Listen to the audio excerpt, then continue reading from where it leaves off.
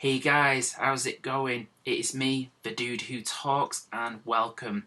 So for today, I'm going to be talking about the new album from Mountain Caller, which is called Chronicle I, The Truthseeker, which is out now on New Heavy Sounds. So a little bit about Mountain Caller. They themselves describe themselves as a instrumental progressive three-piece band from London, who contain Claire Simpson on guitar, Elle Reeve on bass, and Max Maxwell. Alright, so the album Chronicle I, The Truthseeker was recorded in January 2020 at the No Studio in Manchester. It was produced by Joe Clayton of Pain and Leech fame and was mastered by Magnus Lindberg of Cult of Luna. Pretty sure I mentioned these guys' names before. So there is a little bit of a concept with Chronicle I, The Truthseeker. It's been described as a feminist allegory with the music, and the story is as follows. So we join the protagonist, which is the main character, at the edge of the Twilight Desert, compelled by an indefiable but urgent need to set forth on a Odyssean journey to rediscover her memory and her voice. Alright, it's that time to ask the question though. Did I like it or did I hate it? Let's find out.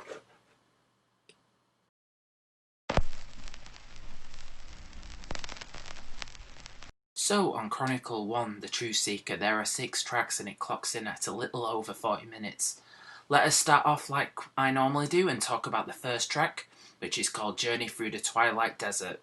So this starts off a little bit spacey and has a bit of a post-rock feel to it. If I wanted to compare it to another band right now, I would say a little bit along the lines of And So I Watch You From Afar, especially at the start. I will say that this has a bit of a slow pace at first and does take a little while to get to the more louder, heavier parts, but it's definitely going somewhere. The riffs are present, but I do feel for the most part of the song that the bass has a bit of a commanding presence here, which is good because I like a good bass line. So there's that standard quiet, loud, quiet thing with standard post-rock bands, but they do something a little bit unexpected towards the end of the song, which comes out from nowhere. And it's like they just hit you with like a sudden blast of black metal. And I was like, wow, I literally turned my head when I heard this. So yeah, first impressions, it's a bit of a complex listen, but I do like where it's taken me on this journey. So let's talk about the next song, which is called Feast at Half-Light City. So the beginning of this is a bit more succinct and has a much more leaning towards psychedelic territory. There's a riff at first that wouldn't feel out of place on an Elder song, and it takes less time to get going and has a much more faster pace. So as I mentioned, with it leaning towards the psych territory, there's a much more trippier feel to it. And what I'm noticing with this is that Mountain Caller are tapping into a lot of styles, which is making this a really interesting listen. And it only gets more interesting when there's a much more heavier riff past the 4-minute mark, with it like the distortion turned up and it gets really noisy, and I feel like this is turning into one enjoyable ride, listening wise. Following on from that, I Remember Everything is up next, and the bass tone is really prevalent here, and it has a bit of a dirty sound to it at the start, which I'm really liking. Not only that, the riff at the start I feel is just on point. Though it does go back into the loud, quiet territory, which is only for a bit and then it jumps back into much more of a heavier territory. I like the way this is built up, especially with the drumming. So I do see a motif here with the song, with having a cycle of quiet, psychedelic passages and then building up to much more louder parts.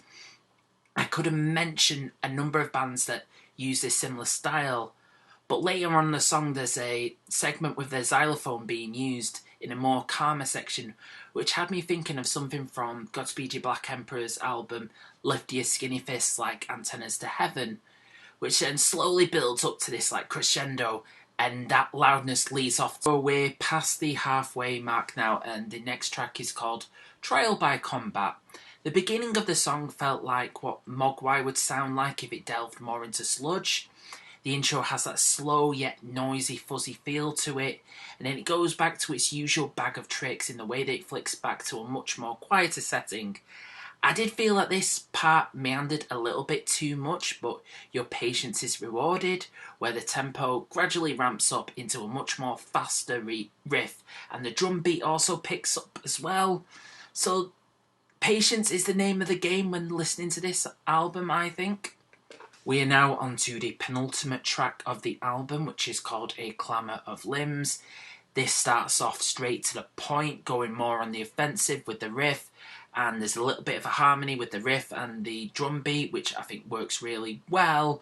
So yeah, tapping more into the heavier side of their influences, also sprinkling a little bit more psychedelic into the mix, and there's a little bit where it tries to fool you into thinking it's going to go quieter again, but no, it kicks off again.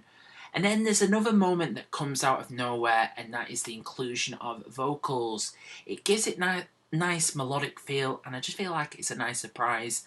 I love how Mountain Caller can surprise me. Time to talk about the final track, which is called Dream Spirals. Like the first part of its name, it has more of a dreamlike feel to it. There's definitely a psychedelic feel, and the Elder influence definitely shows its head with that kind of soaring up in the clouds kind of sound, especially for the first half of the song. So yeah, not much else, but there is like an interesting tempo shift towards the end, which keeps things really interesting. And the journey ends when the song climaxes at its most noisiest, and it just stops. So I changed this from what I didn't like to nitpicking and stuff, because I feel like it's more appropriate, really. So let's get to it. One thing I will say, if you're looking for something that you can just listen to and get instant gratification from, this album might not be for you. As it's an album I think you really need to listen to a few times to really get, and for you to register with it and hopefully appreciate. Now, another thing was that I felt like some of the parts did meander a little bit too much at places, but like I say, your patience is rewarded for this. Now, this is a little bit of a... Overall, I feel like this album does its utmost best to take the listener on a journey, and it succeeds.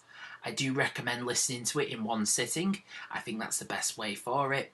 It's an album that rewards patience and has some really great ideas, with some moments that genuinely surprise me, and it taps into a lot of influences to make it an engaging album to listen to.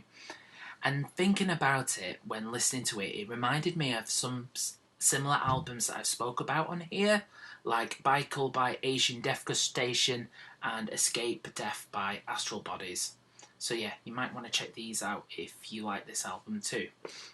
So that was me talking about Chronicle I, The Truthseeker by Mountain Caller. Have you picked up this album yet? Please let me know what you thought about it down below in the comment section. Like always, if you've enjoyed this video, please like, share and subscribe. It really helps out. Just gonna quickly plug my Facebook page as well. So if you want to give that a like as well, feel free to do so. I'll include a link to that in the description section on the YouTube thingy. So yeah, I'm usually posting stuff there daily as well. So yeah, all I've got left to say to you guys is, I've been the dude who talks. You guys are fucking awesome. Thank you so much for listening. Cheers.